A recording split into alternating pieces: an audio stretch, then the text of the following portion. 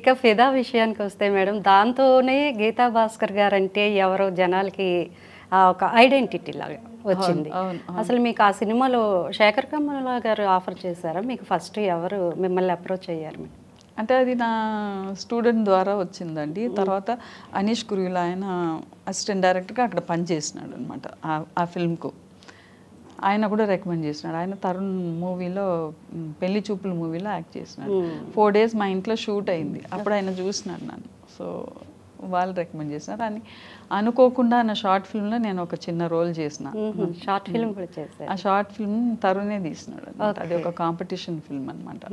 అప్పటికప్పుడు అమ్మ క్యారెక్టర్ కావాలంటే నన్ను తీసుకున్నాడు. అది చూసినాక వాళ్ళు పిలిచినారు. అమ్మ క్యారెక్టర్ ఓకే, మేనత్ అంటే ఇట్లాగే ఉండాలని ఫిదా సినిమాలో మిమ్మల్ని చూస్తే ప్రతి ఒక్కరు ఫీల్ అవుతారు, మాకు కూడా ఇట్లాంటి మేనత్ ఉండాలి అని చెప్పేసి. సాయి పల్లవి గారితో యాక్టింగ్ ఎట్లా అనిపించింది మేడం? ఎందుకంటే ఆవిడ గురించి చాలా సింపుల్గా ఉంటారు అని చెప్పేసి వింటూ ఉన్నాము. మీరు ఎట్లా ఇచ్చేసారు, ఎంజాయ్ చేశారు? చాలా అఫెక్షనేట్ అసలు. సెట్లో కూడా ఆవిడ సింపుల్గా ఉంటారు. చాలా సింపుల్, చాలా సింపుల్.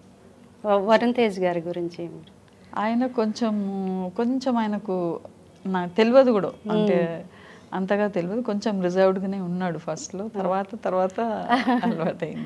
శేఖర్ కమ్ముల గారి గురించి డైరెక్షన్, ఆయన డైరెక్షన్లో ఎట్లా ఆయన మొత్తం ఆయన మైండ్ అంతా సినిమానే ఉండేది.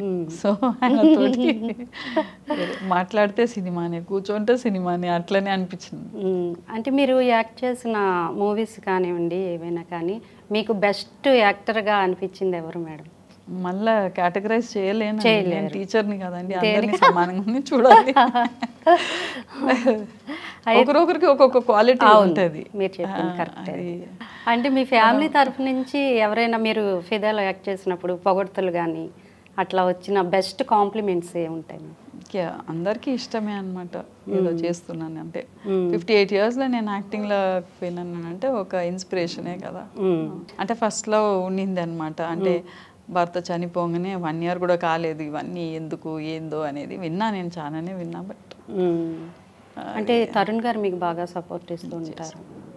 అంటే ఇప్పుడు మీ హస్బెండ్ చనిపోయాక మీరు ఎట్లా, అంటే తొందరగానే కోలుకున్నట్టు 1 yearలో, లేకపోతే తరుణ్ ఒక మూలలో కూర్చుంటాడు కదా, ఐ షుడ్ంట్ అనేది. మీరు డల్ అయిపోతే తను డల్ అయిపోతాడు. అదే తల్లి అన్నది ఎంత ఉన్నా కానీ కొంచెం మనం కంట్రోల్ చేసుకోవాలి. తల్లికి చాలా, ఇప్పుడు 9 months మనం ఎంత ఓపిక పడతాం, ఆ ఓపిక అప్పుడే వచ్చేస్తుంది.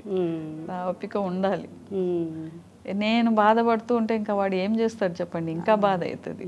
సో నేను కొంచెం ధైర్యం ఉంటేనే వాడు కూడా ఇంకా ధైర్యంగా ఉంటాడు. అంటే ఇప్పుడు నెక్స్ట్ ఇంకా ఏమేమి మూవీస్ ఉన్నాయి మేడం? ఉన్నాయి, ఏదో చేస్తున్నాను, కానీ నేను ఎక్కువ టీచింగే చేస్తున్నాను. టీచింగ్ చేస్తాను. ఆర్ట్స్ కూడా మీరు వేస్తూ ఉంటారు కదా మేడం? ఆర్ట్ కోర్స్ ఒకటి తీసుకున్నానండి, నేనే కంపైల్ చేసిన. స్కూల్స్కి తీసుకెళ్తున్నాను. స్కూల్స్కు ఆర్ట్ టీచర్స్కు మేము ట్రైనింగ్ ఇస్తామన్నమాట. వాళ్ళ పిల్లలకు చెప్తారనమాట. అంటే ఆర్ట్ ద్వారా ఎన్నో నేర్పొచ్చు అనేసి. ఆర్ట్ అంటే బాగా బొమ్మలు గీయడము, పెయింటింగ్ వేయడం అనేది కాదు, ఆర్ట్ ద్వారా మనం ఎన్నో చెప్పవచ్చు అనేసి. ఇప్పుడు సినిమానే ఆర్టే కదా. అవును, కుకింగ్ ఆర్టే, కుకింగ్ ఆర్ట్, ప్రతిదీ ఒక కళ, ప్రతిదీ ఆర్ట్. ఇప్పుడు ఏది కావాలన్నా, ఒక ఏదైనా డిజైన్, ఒక కార్ డిజైన్ చేయాలన్నా ఫస్ట్ అది ఆర్ట్ వేయాలి కదా, డ్రాయింగ్ వేయాలి కదా. అంటే తరుణ్ గారు ఈ యాక్టింగ్ డైరెక్షన్ కాకుండా ఇంకేమైనా స్పెషల్ క్వాలిటీస్ ఏమైనా ఉన్నాయి మాకు తెలియనివి? తరుణ్ గారు వంటలు చేస్తారు, బాగా వంటలు చేస్తారు. ఓకే, మరి కుకింగ్ అంటే ఇష్టం. మీకు ఎప్పుడైనా సర్ప్రైజ్ చేస్తారా మ్యామ్? చేస్తాడు. నేను ఎక్కడైనా ఊరికి వెళ్ళేసి వస్తే ఇంట్లో వంట చేసి పెడతాడు నాకు సడన్గా. వేరెక్కడైనా చేస్తే అంటే వాడికి అది స్ట్రెస్ బస్టర్ లాగా. వాడు మ్యూజిక్ అక్కడ వివేక్ సాగర్ దగ్గరకు పోయినా కానీ, లేకపోతే వేరెక్కడైనా రైటర్స్ దగ్గరకు పోయినా కానీ అక్కడ కూర్చొని ఏదో ఒకటి సడన్గా అన్నీ తీసుకెళ్తాడు, వంట చేస్తాడు. మళ్ళీ వచ్చి అమ్మ నువ్వు తినకు, నేను నీకు కూడా తీస్తున్నానని తెచ్చిస్తాను. అంటే మీకు బాగా ఈ ఫీల్డ్లో నచ్చిన అప్పుడు జనరేషన్ చిరంజీవి గారు, నాగార్జున గారు, వీళ్ళని కంపేర్ చేయాలంటే నేటి జనరేషన్కి అప్పటి జనరేషన్కి ఏంటి తేడా ఉందంటారు? అప్పుడు ఉన్న వాతావరణానికి వాళ్ళు ఓకే, ఇప్పుడు ఉన్న వాతావరణానికి వీళ్ళందరూ ఓకేనే. మరి అన్నీ యాక్సెప్ట్ చేయాల్సిందే. అంటే చేంజ్ అనేది ఉంటూనే ఉంటుంది కదండి. చేంజ్ లేకుండా మనం పాత ఇది ఓల్డ్ స్కూల్ థాట్ ఉండనే ఉండొద్దు కదా. జనరేషన్ చేంజ్ అయితేనే ఉండాలి. నేటి జనరేషన్కి మీరు ఇచ్చే సలహాలు ఏంటి మేడం? అదే live the moment. Life is very precious కదా. అండ్ మీరు ఒక్కరు మీ లైఫ్ మీది అని కాదు, మీ లైఫ్కు మీరు you are responsible to the family, to the society also. అది ఒక్కటి గుర్తు ఉండాలి వాళ్ళకి. మళ్ళీ ఈ దారి రాము కదా. సో వీలైనంత వరకు మనం ఏదో ఒక రకంగా ఒక గుర్తింపు తెచ్చుకోవాలి. If not for the whole world, at least 2-3 people around you. ఉపరాష్ట్రపతి గారు వెంకయ్య నాయుడు గారు అన్నారు, నేటి సినిమాల్లో అశ్లీలత ఇంకా భయానకమైన దృశ్యాలు పెరిగిపోతున్నాయి అని చెప్పేసి ఆయన మాట్లాడారు సినిమాలపై. మీరు ఏమంటారు మేడం దీన్ని? ఎందులో అయినా మనం ఒక జల్లడ పెట్టుకోవాలండి.